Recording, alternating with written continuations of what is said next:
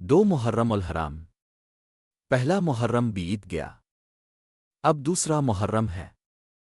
آج کا دن تاریخ اسلام کا ایک فیصلہ کن موڑ ہے، کیونکہ آج امام حسین علیہ السلام اور ان کا قافلہ میدان کربلا میں پہنچا۔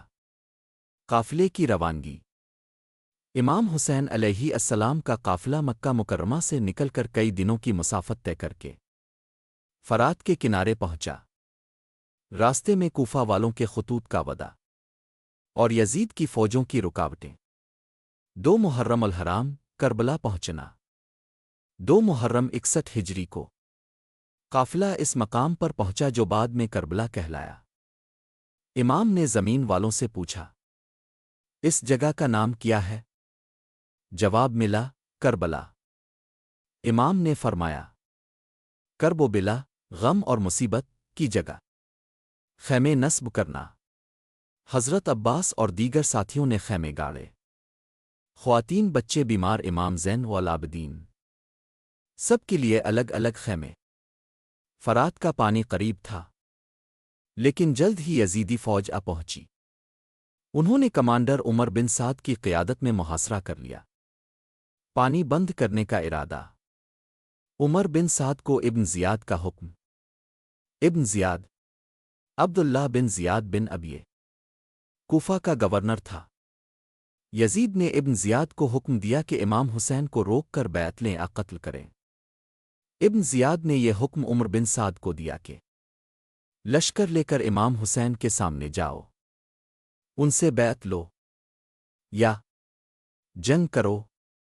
عمر بن سعد کو ابن زیاد کا حکم: پانی بند کر دو، حسین اور اس کے ساتھیوں کو بوند نہ ملے۔ قرآن سے اشارہ: وما نقموا إلا أن أغناهم الله ورسوله من فضله التوبة۔ وہ صرف اس بات پر دشمنی کر رہے تھے کہ اللہ اور اس کے رسول نے انہیں فضل عطا کیا۔ امام حسین کی عظمت اور رسول اللہ کی اہل بیت سے عداوت، یہ اس دشمنی کا اصل سبب تھا۔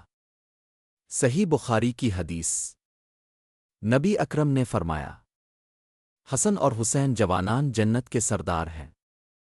اس حدیث نے ان کے مقام کو واضح کر دیا، لیکن یزید کی حکومت نے اس مقام کا لحاظ نہ کیا۔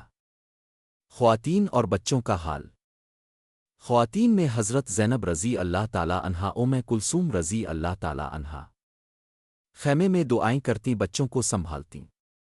بچے پیاسے، علی اصغر 6 ماہ کا، رو پڑتے، ماں سینے سے لگاتی۔ بیمار، امام زین العابدین رضی اللہ تعالی عنہا خیمے میں بستر پر۔ امام حسین رضی اللہ تعالی عنہا کی نصیحت: امام رضی اللہ تعالی عنہا نے خیموں کے بیچ اہلی بیت کو جمع کر کے فرمایا، صبر کرنا، اللہ کی رضا میں راضی رہنا، یہ سفر اللہ کے لیے ہے۔ کوفیوں کے وعدے ٹوٹ گئے۔ ہزاروں خطوط لکھنے والے کوفی اب یزید کی فوج میں شامل ہو گئے۔ امام رضی اللہ تعالی عنہا نے خط دیکھا کر کہا، یہ تمہارے ہی وعدے تھی۔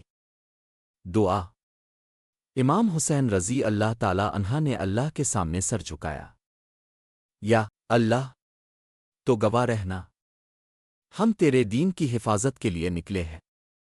یزیدی لشکر کی تیاری: عمر بن سعد نے سپاہیوں کو حکم دیا، حسین رضی اللہ تعالی عنہا کا پانی بند کر دو، انہیں جھکنے پر مجبور کرو۔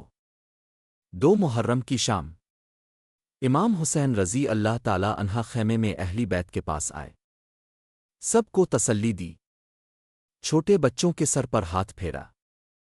حضرت عباس رضی اللہ تعالی عنہا پہرے پر مامور ہوئے۔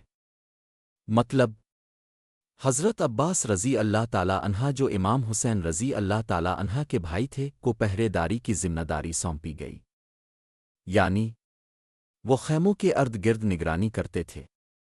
رات کے وقت حفاظت پر مقرر کیے گئے تھے تاکہ دشمن اچانک حملہ نہ کرے۔ خیموں میں موجود خواتین اور بچوں کی حفاظت ان کی ذمہ تھی۔ خلاصہ: 2 محرم کی کہانی ہمیں سکھاتی ہے، امام حسین رضی اللہ تعالی عنہا نے ظلم کے آگے سر نہیں جھکایا۔ اہلی بیت کی عظمت قربانی میں ہے، اقتدار میں نہیں۔ پانی بند کر دینا ظالم کی سب سے بڑی دلیل ہے۔ دو محرم کا یہ دن ہمیں بتاتا ہے کہ حق کی راہ آسان نہیں۔